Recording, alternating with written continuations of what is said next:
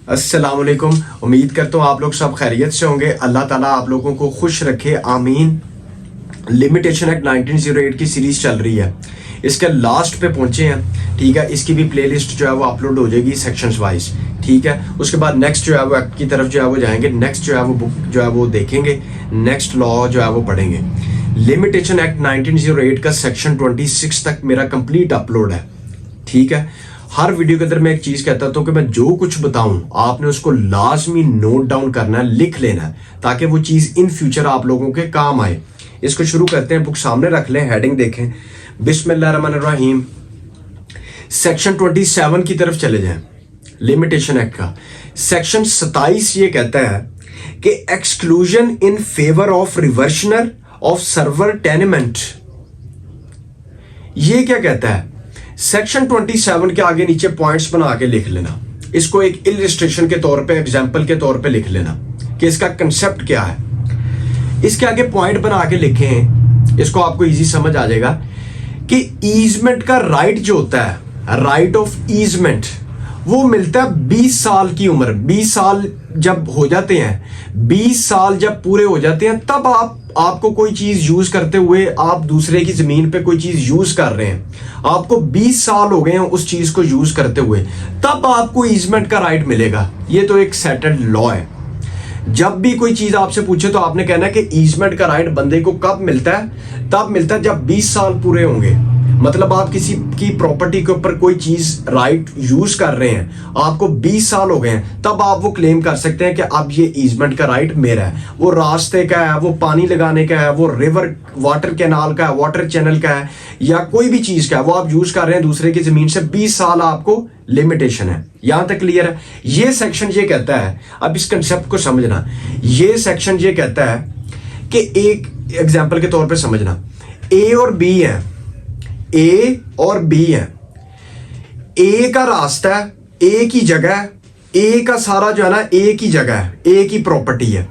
अब उसमें से एक रास्ता यूज हो रहा है, उसको ए भी यूज करता है, उसको बी भी यूज करता है। ए को यूज करते हुए हो गया 10 साल, बी को हो गए 25 साल। ठीक हो गया।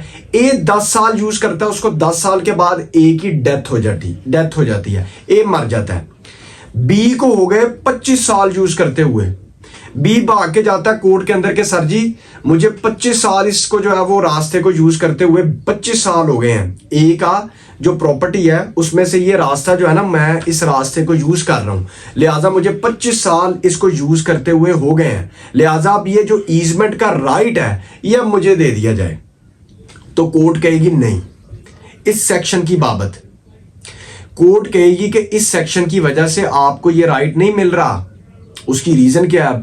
उसकी रीजन यहां पे ये है कि वो कोर्ट कहेगी कि बनता तो ए का भी राइट था, उसने 10 साल यूज किया। बनता अब आप कह रहे हैं कि आपका भी राइट है कि आपने इसको 25 साल यूज किया। तो ये सेक्शन ये कहता है कि अब दोनों का राइट बन रहा है। तो इस सेक्शन के अंदर यह कंसेप्ट दिया गया कि जो ए ने 10 साल यूज किया, 10 साल के बाद वो मर गया, ठीक हो गया, तो जो वो 10 साल होंगे वो एक्सक्लूड हो जाएंगे बी के जो 25 साल यूज हुए हैं। इस कंसेप्ट को समझना कि बी कह रहा ना मैंने 25 साल यूज किया, ए ने 10 साल किया, ठीक हो गया। तो वो जो 10 साल है अब वो 25 साल में से निकल गए, क्योंकि वो दोनों ने इकट्ठे यूज किया ना 10 साल, तो तब भी जाके बी के जो है वो 25 साल हुए हैं, तो लिहाजा वो 10 साल जो है वो निकल गए 20 के 25 साल में से। बी का जो 25 साल है वो 10 साल उसमें से एक्सक्लूड हो जाएंगे, निकल जाएंगे। अब बी के पास कितने बच गए? 15 साल। तो अब कोर्ट कहेगी कि अभी आपको 15 साल हुए हैं, अभी आप इसको 5 साल और यूज करें, कोई ऑब्जेक्शन नहीं आना चाहिए, without any objection oblique interference. कोई आपका ऑब्जेक्शन ना आए, कोई इंटरफेरेंस ना आए किसी की तरफ से, आप इसको अभी 5 साल और यूज करें, क्योंकि अभी आपको 15 साल हुए हैं, क्योंकि 10 साल एक्सक्लूड हो गए वो, ठीक हो गया।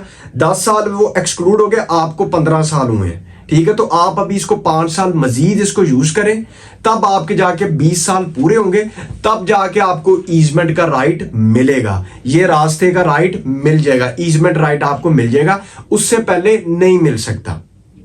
तो ये कंसेप्ट आपने लाजमी याद रखना है कि ईजमेंट का जो राइट होता है वो आपको 20 साल पूरे होंगे उसको यूज करते हुए तब मिलेगा। लेकिन अगर कोई 2-3 बंदे आपको मिलके यूज कर रहे हैं, ठीक है, और आप इकट्ठे यूज कर रहे हैं, आपने कर लिया 30 साल, इसकी और एग्जांपल है 30 साल कर लिए, दूसरे बंदे ने 15 साल किए हैं, तो वो 15 साल एक्सक्लूड हो जाएंगे। ठीक है, अब आप देखेंगे कि मेरे पास कितने बचे हैं, 17-18 साल, ठीक है, अभी मेरे पास 2 साल और पड़े हैं, ठीक है, या 15 साल मेरे पास अभी 5 साल और पड़े हैं यूज करने को, या 19 साल मेरे पास 1 साल अभी और पड़ा है, वो 20 साल आपने पूरे करने हैं। तो जो 7 वाला था वो मर गया, राइट तो उसका भी बनता था ईजमेंट का, उसने भी पूरे करके ले सकता था। तो वो जो 7 वाला था उसने जितने साल यूज किया वो आपके टाइम पीरियड से एक्सक्लूड हो जाएगा। तब वहां से टाइम देखा जाएगा कि इसके 20 साल पूरे हैं या नहीं। तो इस सेंस में तो बी कह रहा है मेरे 25 साल है, ए 10 साल यूज करके मर गया, यानी 15 साल पहले वो मर गया, तो अब बी के पास 15 ईयर्स बचे हैं। उसके बाद उसने 5 और यूज करने हैं, उसके बाद उसके 20 पूरे होंगे, फिर जाके उसको ईजमेंट का राइट मिलेगा, अदरवाइज कोर्ट उसको ईजमेंट का राइट नहीं देगी। ये कंसेप्ट आपने लाजमी सेक्शन का याद रखना है कि ईजमेंट का राइट 20 साल पूरे होने पे मिलेगा, और अगर 7 वाला उसको यूज करता हुआ मिल गया तो जितने साल उसने यूज किया वो एक्सक्लूड हो जाएंगे।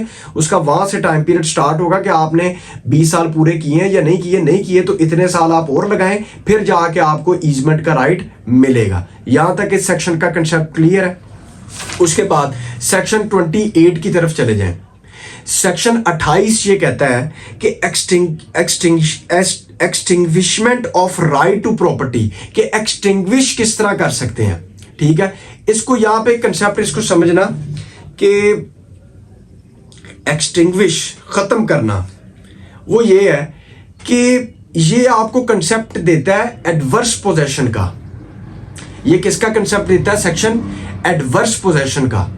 इसके आगे लिख लें कि ये अन इस्लामिक, अनकॉन्स्टिट्यूशनल, इलेजिटिमेट है, यानी ये अन इस्लामिक है और अनकॉन्स्टिट्यूशनल है। ये किस तरह? इसके अंदर है कि सेक्शन 28 ये कहता था कि एक बंदा किसी पर्टिकुलर पीरियड के लिए एक प्रॉपर्टी को यूज करता है।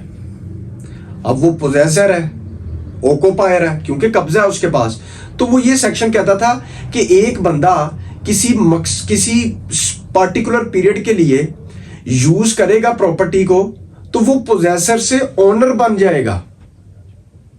ठीक है, तो इस वजह से इस सेक्शन को नल एंड वॉइड डिक्लेयर कर दिया गया।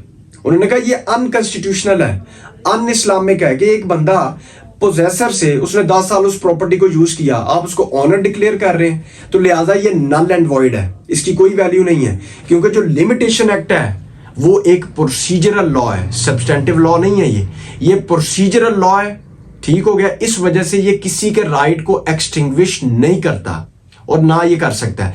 ये किसी के राइट को एक्सटिंग्विश नहीं करता। किसी को पोजेसर से ऑनर बना देना, ये आपको खुद को, law is nothing but a common sense, कि एक बंदा, मुझे ये कमरा मिल गया है, मैं इसके अंदर 10 साल रह ले, तो मैं कहता हूं मुझे जो है वो ऑनर बना दिया जाए इसका। लिहाजा ये सेक्शन पहले ये कहता था, तो इस वजह से इसको अन इस्लामिक और अनकॉन्स्टिट्यूशनल डिक्लेयर कर दिया कि ये जो है वो नल एंड वॉइड है। इसकी एक साइटेशन है, वो आप लाजमी नोट कर लें, उसके अंदर डिटेल से ये चीज लिखी हुई है। PLD 2003 supreme court page 560। PLD 2003 supreme court page 560 560 ये है। उसके बाद अगला आ जाता है सेक्शन 29 सेविंग्स का आ जाता है। उसके बाद सेक्शन 30 से 31 जो है वो रिपील हो चुके हैं। सेक्शन 32 भी रिपील हो चुका है। उसके बाद एक चीज है कि आगे शेड्यूल्स बनाए हुए हैं लिमिटेशन एक्ट के अंदर। वो शेड्यूल्स ये बनाए हुए हैं कि आपको वहां पे रेजिड्यूरी आर्टिकल्स बने मिलेंगे। वहां पे रेजिड्यूरी आर्टिकल से मुराद है कि वो आ जाते हैं लिमिटेशन पे कि कितनी देर बाद आप दावा दायर कर सकते हैं, कितनी देर बाद अपील हो सकती है, रिवीजन हो सकती है, या फलां चीज एप्लीकेशन फाइल करनी है, वॉट एवर जो भी है। 6 महीने का टाइम है, 1 साल का टाइम है, 2 साल का टाइम है, 10 साल का टाइम है, 20 साल का टाइम है। वो सारी लिमिटेशन जो है वो उस शेड्यूल के अंदर लिखी हुई है कि कब जो है when right to sue accrues limitation जो है वो अराइज होगी। ठीक है, इतनी देर के अंदर आपने सूट फाइल करना है।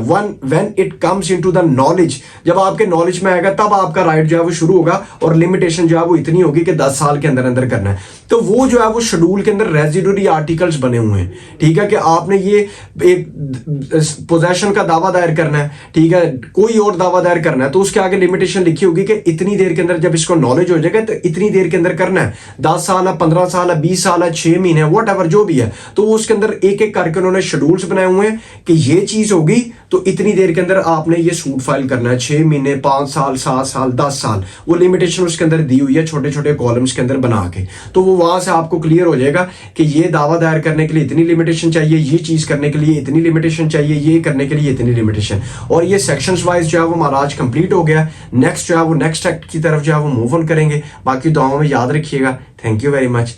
अल्लाह हाफिज।